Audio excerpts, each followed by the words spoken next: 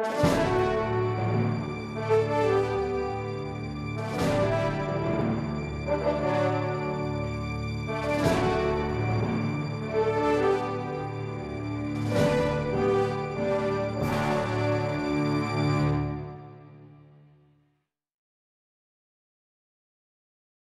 CEO Cafe is brought to you by the Bank of Nashville. This is our gift to the people of Nashville as we bring leaders to the forefront to answer questions for the citizens who are concerned about leadership topics.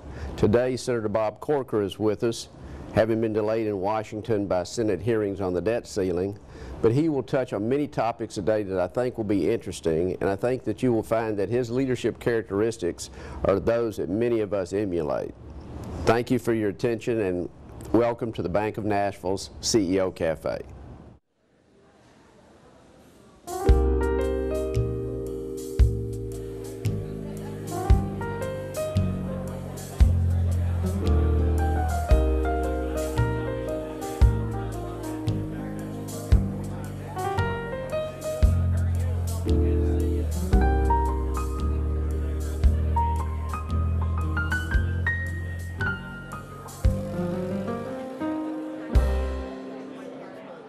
The Bank of Nashville has 10 branches. We're here to serve the people of Nashville. If Nashville doesn't go well, we don't go well. Bob has graciously gone through a tough schedule to get here. We've wanted him for 2 years, and so you've heard enough of me. Let me introduce Senator Bob Corker.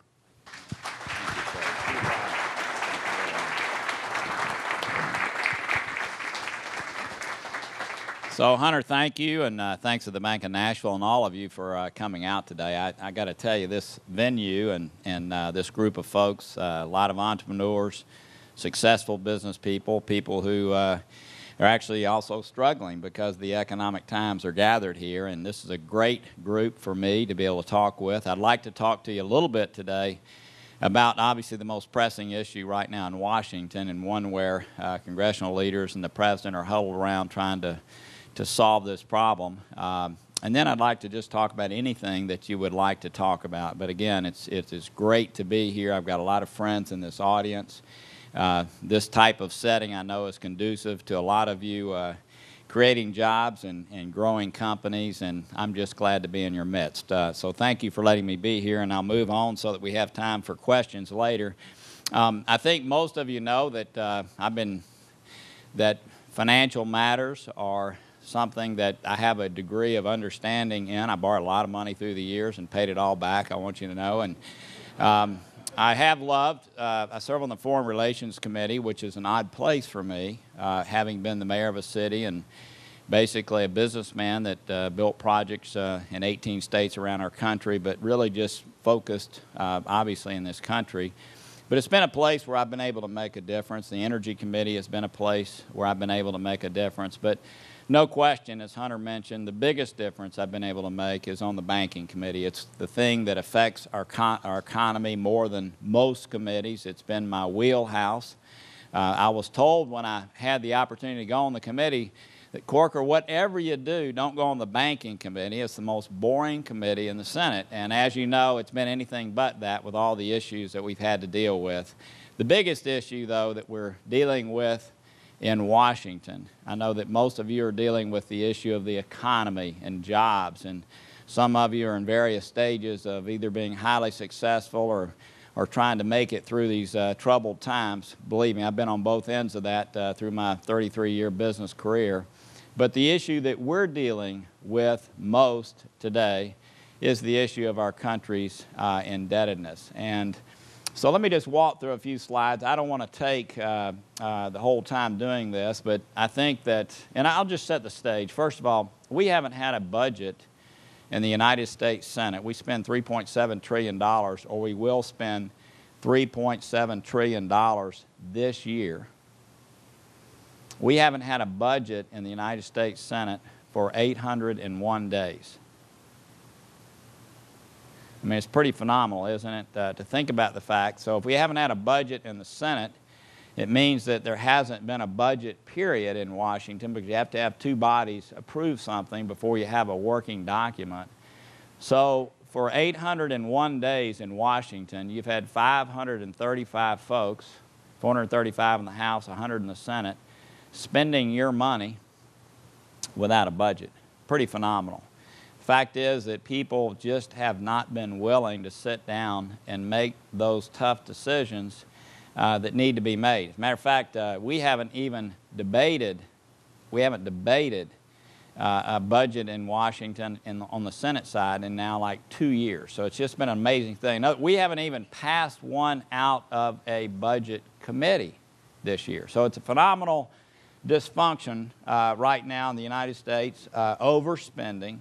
I think most of you pay attention to what's happening around the world. I've actually sat down personally with the Prime Minister of Greece and the central bankers and their finance ministers, and let me just tell you that they are not the ones ultimately making decisions about what's happening in Greece. Their lenders are, and that's a situation that I don't think any of us want to see our own country devolve into. So most of the way you look at countries and their health, this is the way the IMF, the International Monetary Fund, would look at the health of a country much like an accounting firm might look at the health of your company, okay, is to look at the amount of debt that you have relative to the country's economic output.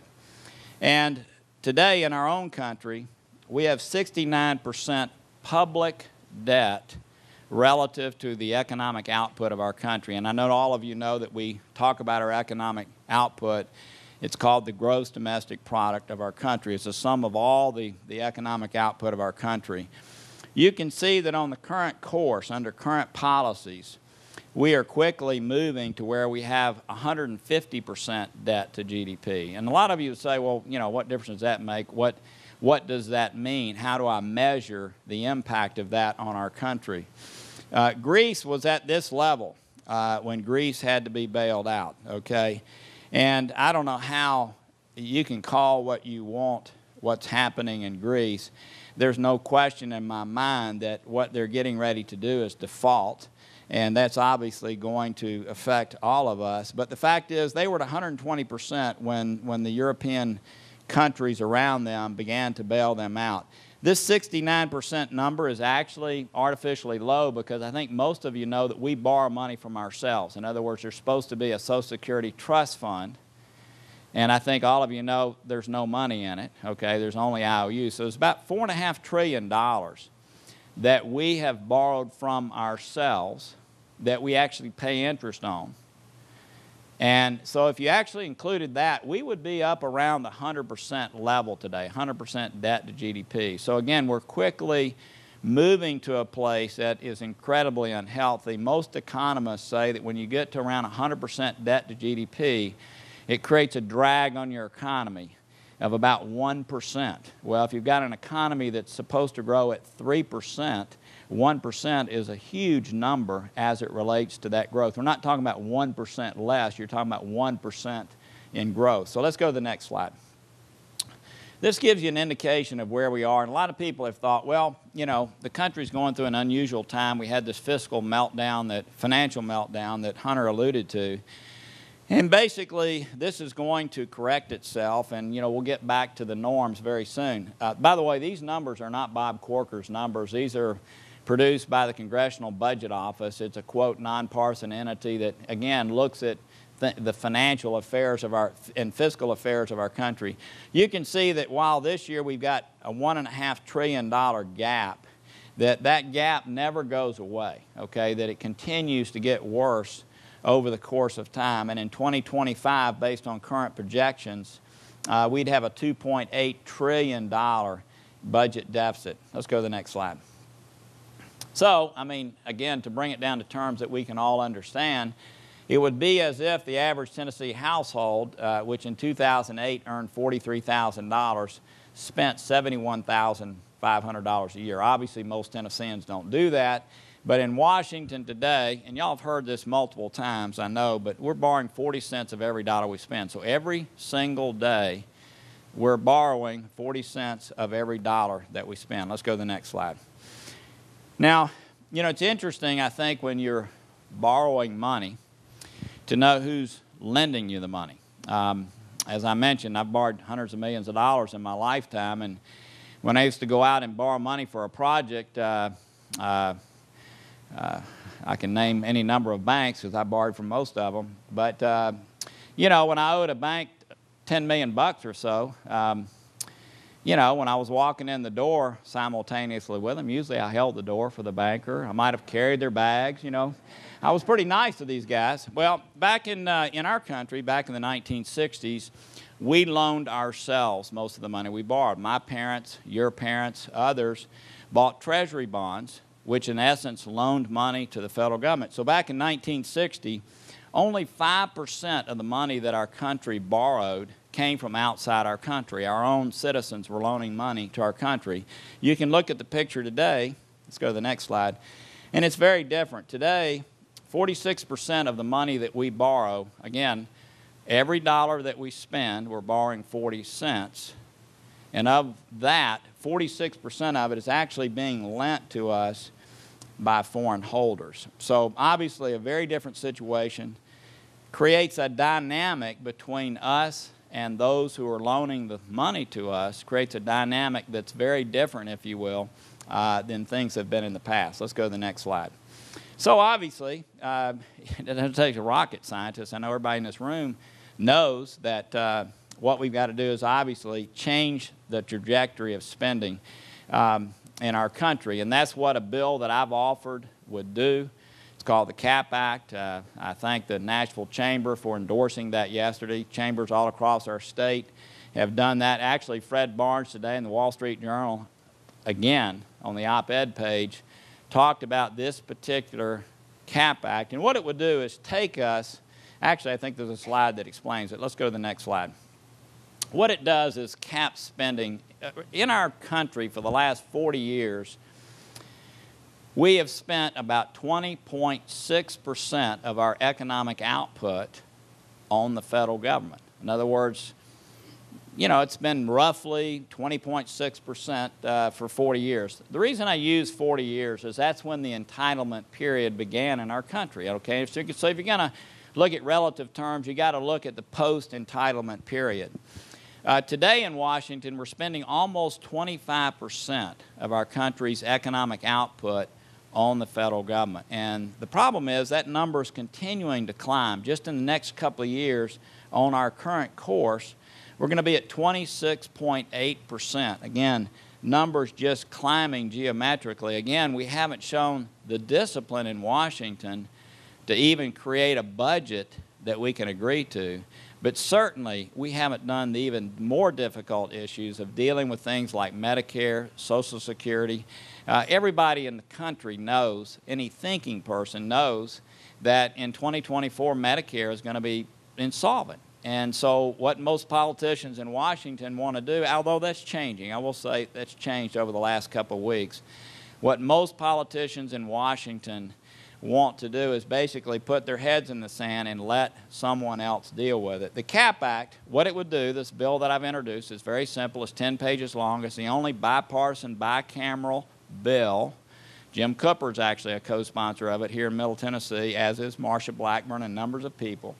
But what it would do is cap spending where we are today at almost 25%, and on a steady decline take us down over 10 years to the 40-year norm of 20.6%. Certainly something that's not extreme, but what it would do is save our country $7.3 trillion versus current policy over the next 10 years.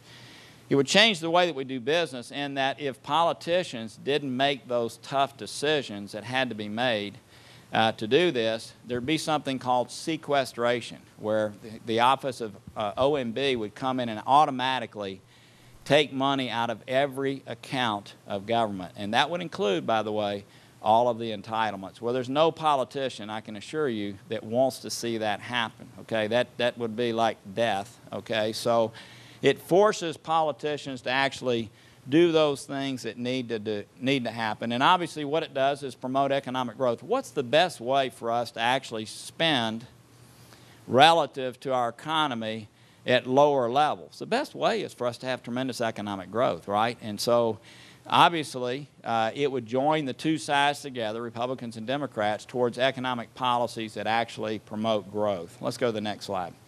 Actually, I'm going to stop. Thank you. I think I've given you enough of that, just a sense of where we are as a country. And before Jim comes up and gets you to ask questions, and I hope you will, let me just tell you what's really happening, okay? I talked to you about the fact that, you know, there hasn't been a budget. To me, that's an embarrassment, if you want to know the truth, that we don't have the ability under what's called regular order just to deal with these issues in public. I've been very much in the middle of this. I'm not sitting at the table. I have talked personally with President Obama about this issue. I think most of you know that he and I flew to Memphis together not long ago and during the flooding, and I had a chance to spend a good deal of time with him. Yesterday, John Boehner came over to meet with senators. Okay, it's rare that that happens. But yesterday we had a closed-door session, and Boehner, our guys, I would have told you on Thursday evening that I think that, well, first of all, let me set the stage. I think most of you know that we have a debt ceiling vote that's coming up soon, okay?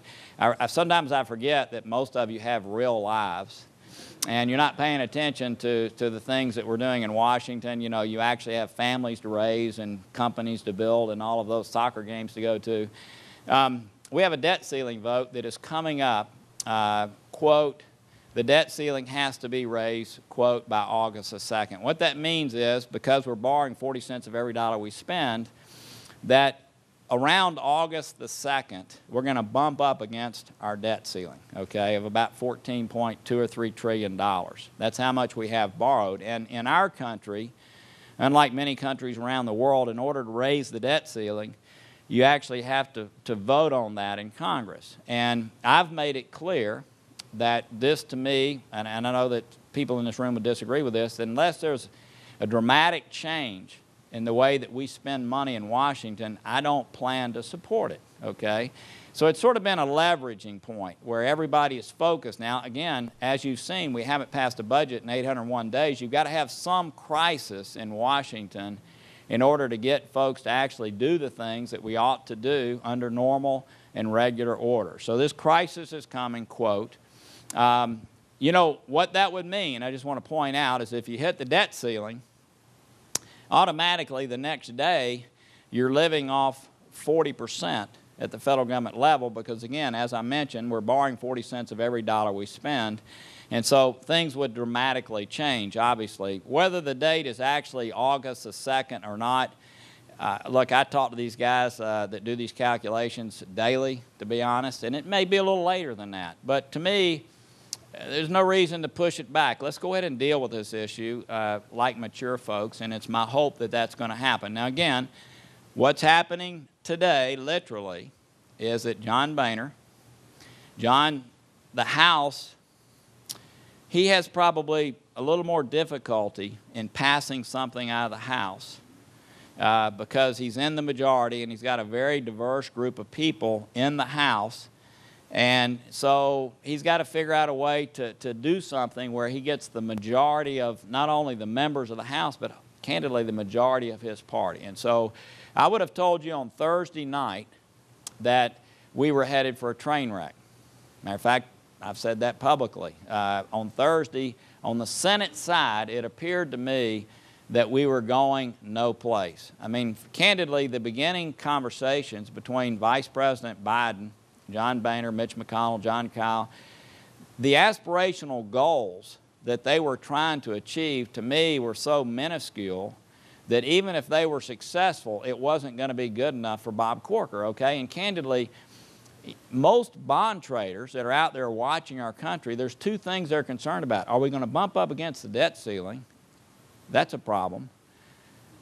But if we also let this opportunity go by and we don't do those things that are dramatic in nature, we're going to have another problem down the road, right? Because we have it, in other words, we're going to have a calamity at one point or another. You're either going to have it now by not raising the debt ceiling, or you're going to have it in a year or two because we haven't shown the discipline we need to show to actually reduce spending in this country. And what I've said is, look, if we're going to have a calamity, I want to be around for it, okay? I don't want to kick it down. I don't want to kick the can down the road for somebody else to deal with. And so I think there's been a lot of that, and it's built pressure on the White House, and it's built pressure on congressional leaders to actually solve this. So my guess is that let me just tell you, Boehner, for what it's worth, I'm not going to give you any details,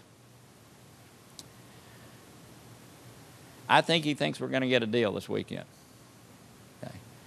And I think he thinks it's going to be the grand deal, meaning it's going to be of substantial size, that we actually change the trajectory in such a way that we start building back towards the kind of fiscal health that we need in this country.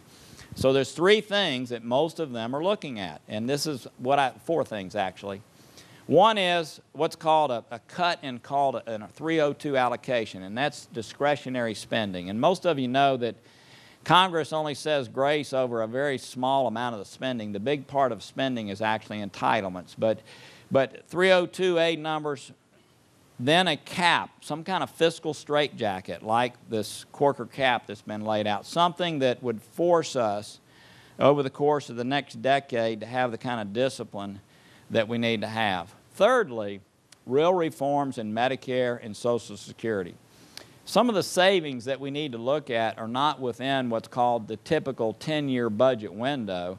They're actually in the out years. And some of you are involved in businesses where you do actuarial kinds of things, where you know that little tweaks today can make a huge difference, tens of trillions of dollars down the road. So the third item that they're negotiating is, what are we going to do with Medicare and Social Security, and are we going to go ahead and make those minor changes? By the way, they're not huge.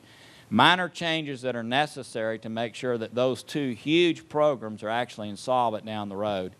And then the fourth issue is tax reform. And I'll close with this, Jim. I know you're getting antsy. Or you look pretty antsy. But back to tax reform. Tax reform is the other issue. I think most of you know that in our tax code today, we give away $1.2 trillion a year in what's called tax expenditures.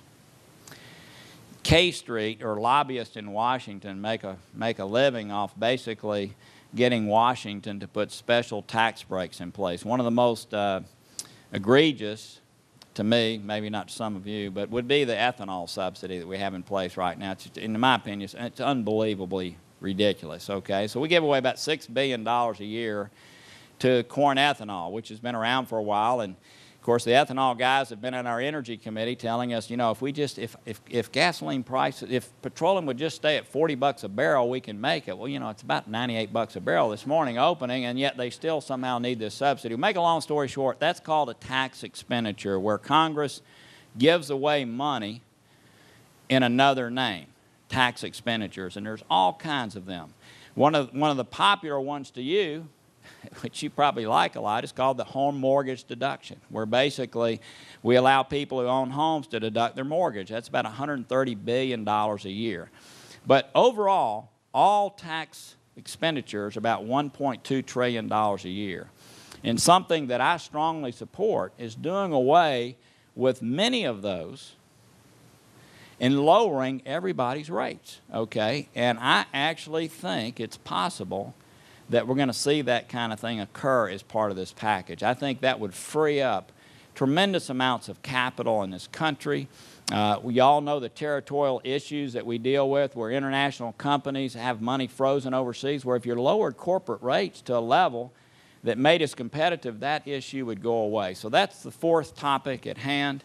We will know as a country, you guys will know probably about an hour after I know, we'll know whether these negotiations this weekend bear fruit. We'll know whether something like the CAP Act makes it into those negotiations. But that's where we are as a country. I am of great hope that some type of major grand bargain is achieved, where we actually change the trajectory, do those things that we as a country know we need to do to put us on a path toward fiscal health. And with that, Jim, with your great nervousness, I will stop. Thank you. Thank you.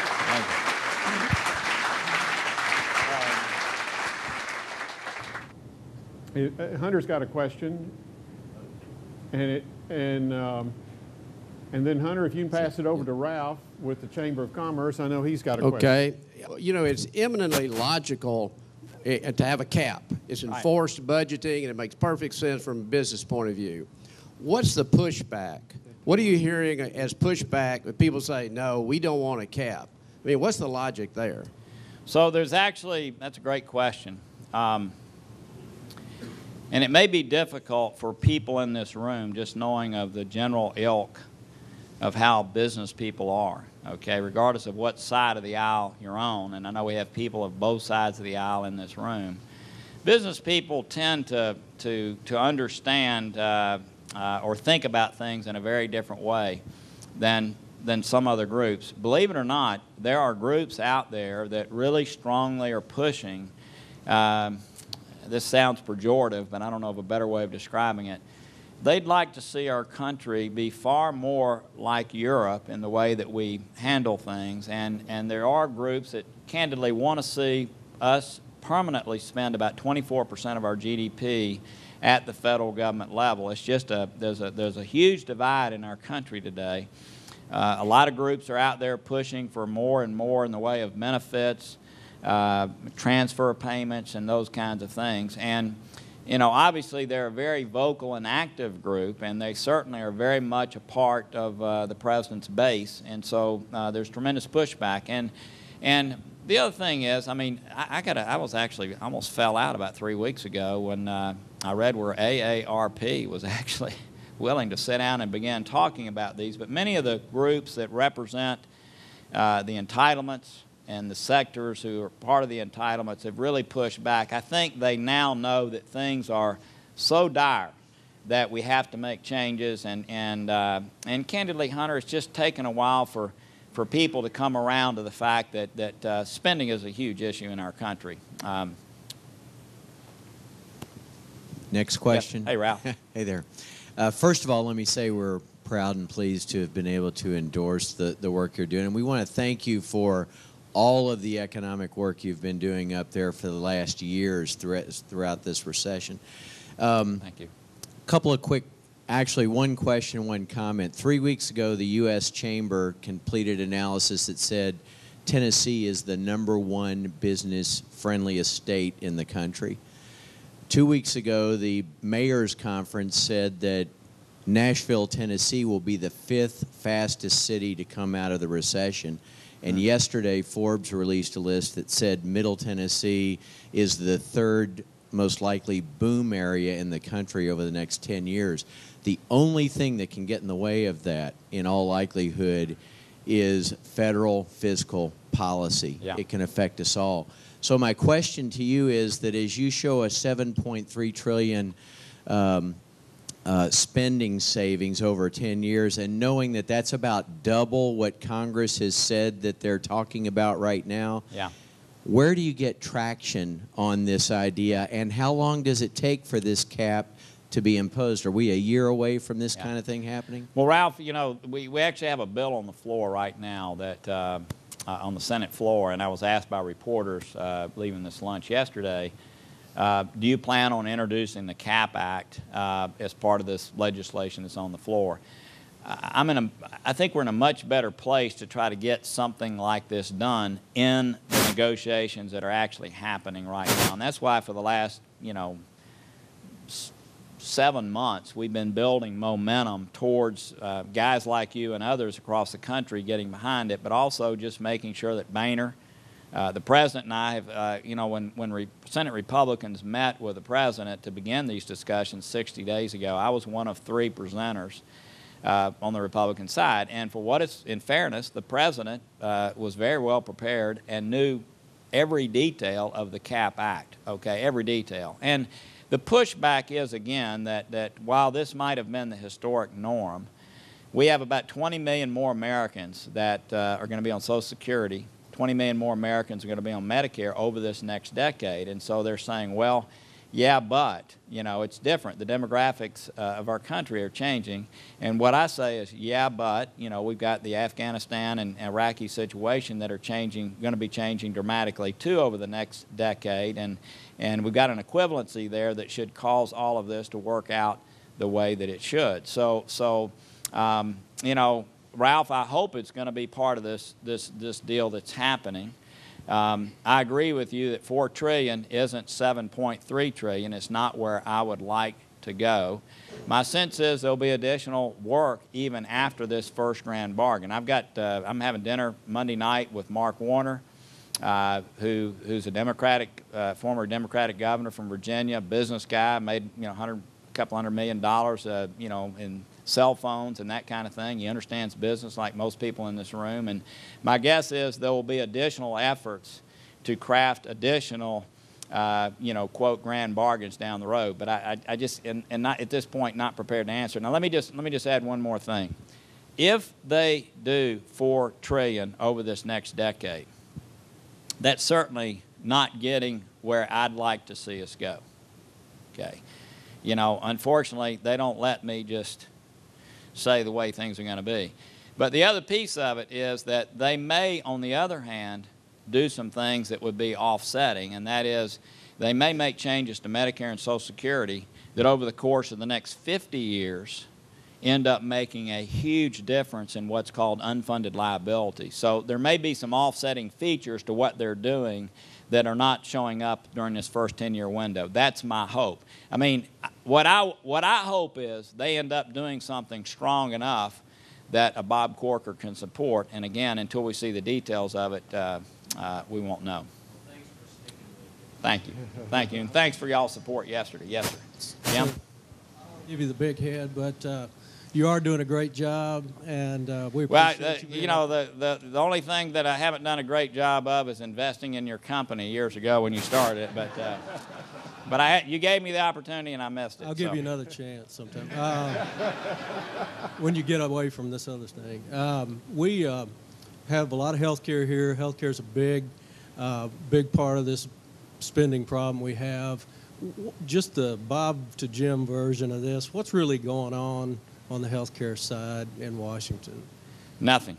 I mean, there's the question was, I don't know if you could hear, what's really happening on the healthcare side in Washington, and nothing. I mean, on our side of the aisle, you know, we have voted to repeal it ad nauseum numbers of times. I mean, our former governor, I know Matt Kisber's sitting beside you, who served with him, our former governor has written, you know, editorials in the Wall Street Journal and actually a book about health care. I mean, we all know the numbers won't add up. Matter of fact, for all of you, again, who think in these ways, I hate to keep repeating, I know y'all have heard these arguments before, but in order to make this health care bill work, we took 6 years' worth of costs and 10 years' worth of revenues. And the overall cost of the program was about $1.4 trillion during the first 10 years, okay? The program really kicks in 2014. I mean, we're just now leading up to a point when it kicks in. And Jim, I really do believe that prior to 2014, we are going to be able to make some dramatic changes, okay? I do, okay? But right now, the numbers aren't there. One of the things that's been taken off the table in these discussions, and you can understand why the president might want to take them off, but it's been health care. Okay, it's been the health care bill that passed. Again, during the first 10-year window, it was a $1.4 trillion cost. Most people don't realize those who supported it, took $539 billion out of Medicare, okay, to create a new entitlement, this health care bill. And that obviously shortened the time into which Medicare is going to become insolvent. But if you take the 10-year window between 2014 on, the real cost of it is about $2 trillion. So it's an incredible cost to society.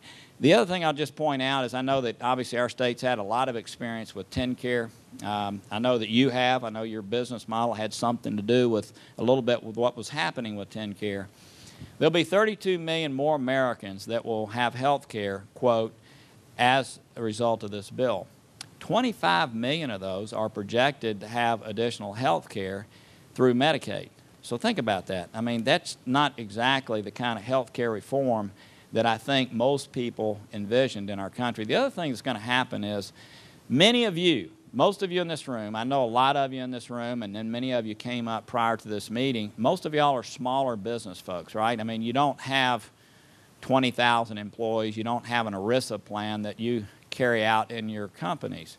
Most of you are going to find that the best thing for you, and candidly, maybe your employees over time, is to pay the $2,000 fine associated with health care and put them out on the public exchange.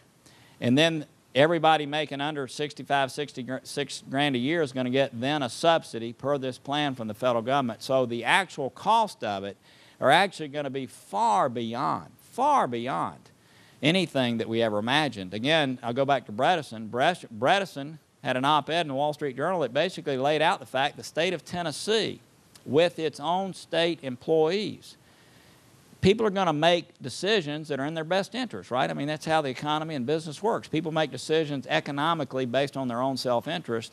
The state of Tennessee could save $160 million a year by doing away with the health plan that it has for state employees, paying the fine, and letting them go out on the public exchange. So there's going to be tremendous amounts of unintended consequences. And Jimmy, I think after this next November election, after the president has sort of made it through, whether he's successful or not in being reelected, I think that then there's going to be an opportunity for us to really revisit many of these issues that are going to create all kinds of issues, and especially issues in Nashville, which is the mecca for entrepreneurial activity as it relates to health care. Yes, sir. John? Yeah, Senator Corker. Going back to your graph that you showed a minute ago, there appear to be at least three elements there. There's the GDP, there's the spending, and there's the revenues. It seems like the current discussions are headed towards some compromise in terms of moving to lower expenditures, some ways to improve revenues, all with the hope of increasing GDP steadily over the years. So my question is, given the fact that the CAP Act tends to be organized directly at spending, do you see and could you support a bill that comes out with a compromise that moves to increase spending tied to the levels of GDP or expenditures tied to the levels of GDP as opposed to fixed amounts? Say that last sentence. Could you support a bill, or do you, let me phrase it this way, do you see any support for a bill that ties either a compromise on expenditures and spending tied to the levels of GDP in future years as opposed to absolute amounts?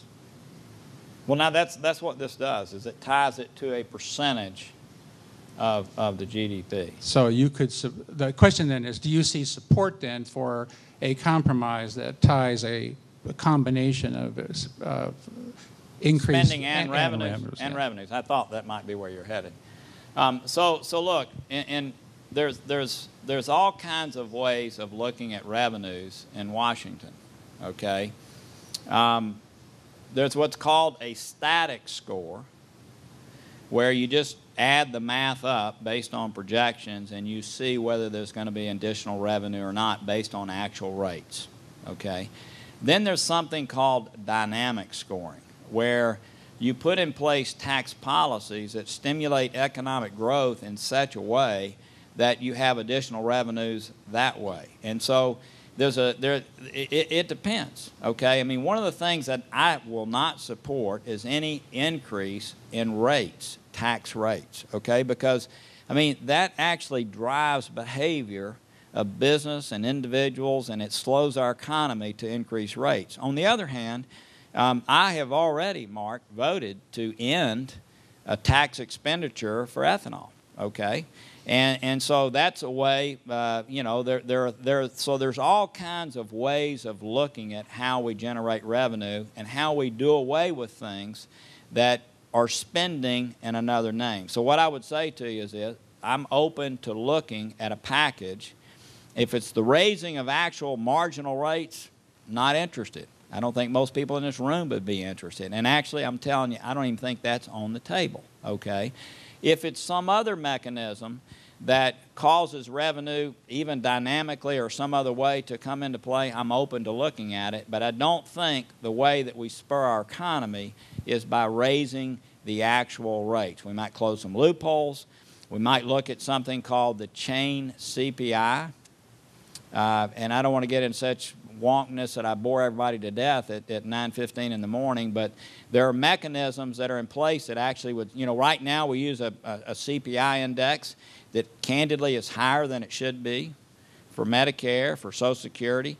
If you lower that, okay, you also then you tie that to how people pay income taxes. That changes some scenarios there, but you can offset that maybe against some alternative minimum tax changes. So again, I'm speaking now into such detail. I know I'm losing many people in the room, but I'm open to looking at a package as long as the package doesn't say we're increasing rates. There's other ways of generating revenues. Yes, sir. Wayne Vowell, thank you very much for coming. It takes a great deal of courage, I'm sure, to get out in front of the public with this sort of debacle in the economy. I'm one of those sick people that actually likes talking about these things. So You feed off of thank you. rejection. Yes, Well, right. I have just a very simple question. Small Yes, sir. businessman, if I ran my business the way your colleagues are running this country. Here, hold it up closer, because I think you're going to say something provocative. I want everybody to hear. I'm just going to say I'd be replaced. And I guess I'm curious, this just didn't happen in September of '07. It started way before September of '07. Yeah. Where was everybody? Yeah. What were you looking at? Yeah. And what about term limits? How do you stop this good old boy, lobby this, been around for 30 years, this is the way we do it? That gets to the problem, I think. And if you get into a scenario where you can't develop these long-term relationships, maybe you can get something done, but you're not getting anything done. Yeah. And that's very, very frustrating. I don't know, millions and millions of people are out of work. Yeah. You're worried about Greece. I don't know global economics. Why do I care about what's going on in Greece? Yeah. I'm caring about the people that don't have jobs here. Yeah. And me trying to save 20 jobs at one little company. Yeah. So, editorial comment, I apologize. Much respect for you and what you've accomplished for the state of Tennessee, but not impressed with what's going on in Washington. Yeah. Washington is the most dysfunctional place I've ever been in my life, okay? And look, I'm probably more candid than I should, but, you know, I had to think long and hard about attempting to serve again, okay? I miss the energy that is created in business. I miss doing things that are real, that I can see. I miss creating jobs and having a family of folks around me that I know I'm helping improve their standard of living. I miss all of those things. On the other hand, Wayne, I do think that you used the word courage a minute ago. I do think because of who I am and the life I've led, that I have the ability to quote, break glass in Washington. And on both sides of the aisle, break glass. And I know that there aren't enough folks up there that are willing to do that. And that's why I'm continuing in this fight, this struggle, this attempt to try to make Washington be functional. This last week, for what it's worth, myself and 4 other senators shut the Senate down. We were getting ready here. We're called back for July recess, which, you know, people think we go to the beach. You know, I had town hall meetings set up all across the state, right? I mean, that's what we do, is have these kinds of meetings. This actually is a continuation today of what I was going to be doing all week here. So what was Senator Reid going to take us to on the floor? We're coming back to deal with fiscal issues, and we're going to debate Libya. You got to be kidding me. I mean, it's like you know, it's like we do everything in a left-handed way. I mean, we instead of hitting it direct. So basically, myself and a few other senators got on the phone. We were supposed to go to Libya at 5:30 on Monday. Harry Reid comes to the floor at 4:30 and says, you know, we're now not going to Libya. And the reason was we had gotten 40 senators to say, we're not going to Libya. I'm sorry, we're not going to debate Libya. We're going to debate the most important issue that we have to deal with in our country right now, and that is this fiscal issue. So look, as frustrated as you may be sitting here in Middle Tennessee creating jobs, I can assure you my frustration level is even higher because I deal with it daily. As far as the Greece comment you made, I make the comment about Greece not because, candidly, I don't care about Greece either, really, in the scope of things, but to me it's sort of a commercial about what might well happen in this country. And I think many of us woke up about 2 weeks ago on Squawk Box where they were talking about the negotiations and you saw riots taking place in Greece and all those kind of things. That's exactly the kind of thing that can happen here if we continue to allow this to go on. As far as when it began, you're right. Now, this has been going on for a long time. I mean, one of the worst things that happened back in 2003, candidly, Republicans were in charge. That's why I try not to make partisan comments. I just focus on the issue. When Republicans were in charge, we passed something called Medicare Part D. It added $8 trillion in unfunded liabilities over the 75-year window that you value unfunded liabilities for Medicare. So look, it's frustrating. So I'm in a position, Wayne, where I can affect it.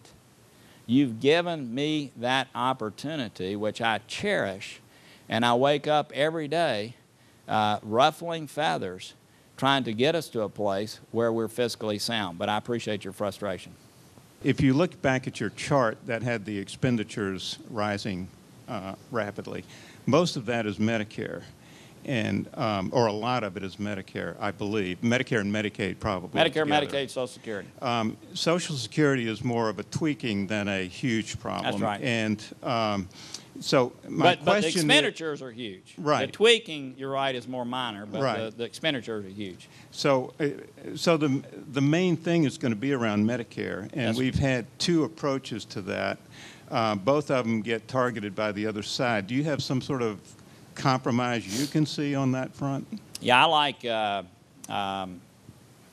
know, first of all, it's really... We had death camps, you know, was one approach. And now the other side, you know, Ryan has been targeted just as harshly for his approach. Yeah. So I haven't seen the death camps in writing yet, but... Or death panels. Death panels, yeah, okay, death panels. So it is kind of interesting. I'm actually, John, I'm glad you brought that up. I mean, if you look at what Paul Ryan laid out for Medicare, he put a 10-year budget out there that actually didn't do anything with Medicare during that 10-year window. Nothing. I mean, there was about $31 billion in savings through these little minor, you know, fraud and abuse and some little things that don't affect anybody's Medicare. But what he had at the end of his budget was he said, and then after 10 years, we're going to convert to something called premium support, where in essence checks would go to private insurance companies of your choosing, and people would be under a private plan. But that's what it said. So during the 10-year window, didn't do anything.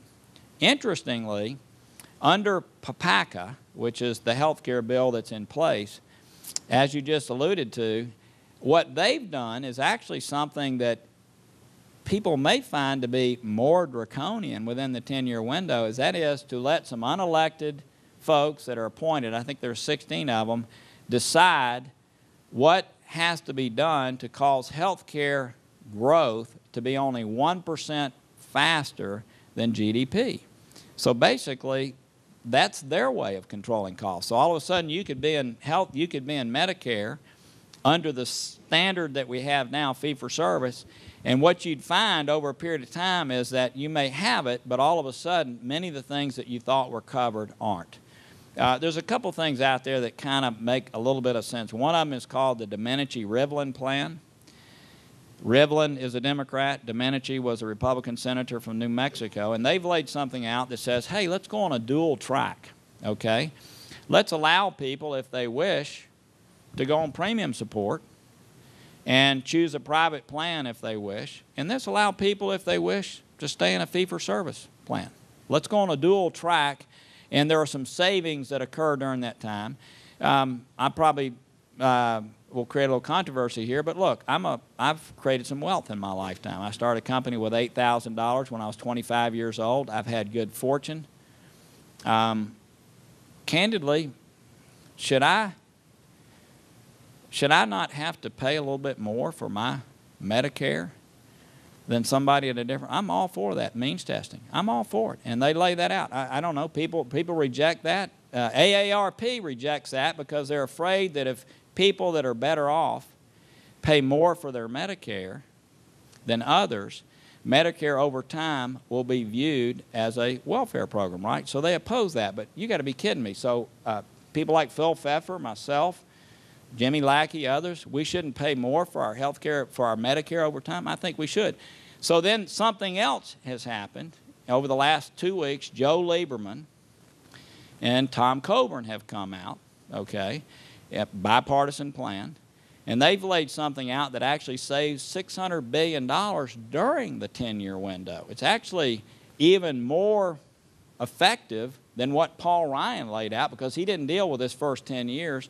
And what it does is raise co-pays and do some things that I think are actually intelligent to do. So nothing in legislative language yet, John, but my guess is that these folks that are sitting around the table right now are looking at some of the components of the Domenici-Rivlin plan and probably taking some of those in as they look at Medicare. One of the things, obviously, for Medicare would be extending the age for Medicare, just like has been done with Social Security. And even though that's a small tweak, it also has an effect. So there's a number of things out there that I think may be adopted and I think would work and still preserve the fact, I mean, all of us really, there's nobody in this country that wants to see Medicare become insolvent and not there. We know it's going to be there in 2024, so the responsible thing to do is to make those tweaks now that you're talking about. Yes, sir. The question that I've got is that the president seems to be bringing, at least in the mainstream coverage, a greater emphasis on spending reduction. We just heard greater than maybe the Republicans are looking for, maybe in this summit on Sunday.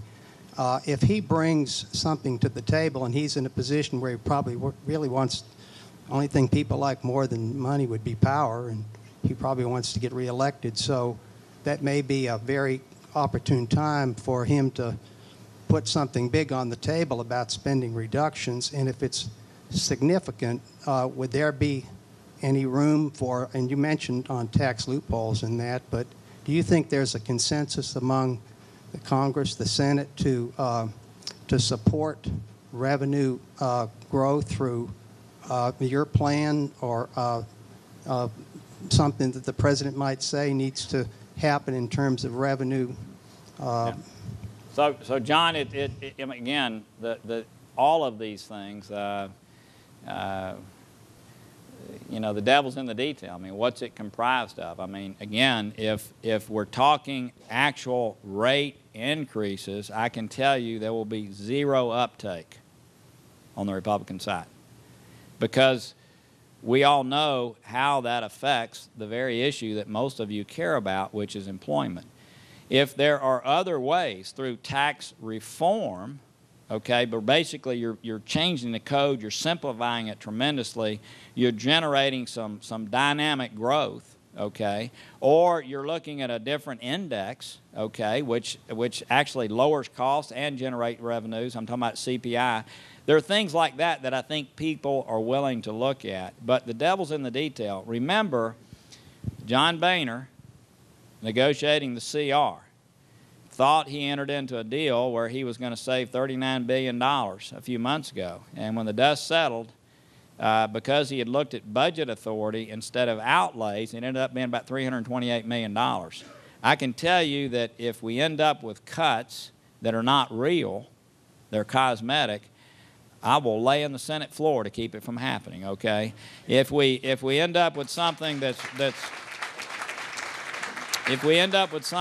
real and people think it's an appropriate thing, it's not actually raising rates, causing job producers like you to be less oriented towards making jobs, creating jobs, but it generates, especially on a dynamic basis, revenues, I think you'll have a lot of uptake. So again, the devil's in the detail. You know, it's kind of, I wish we were actually here with the package produced.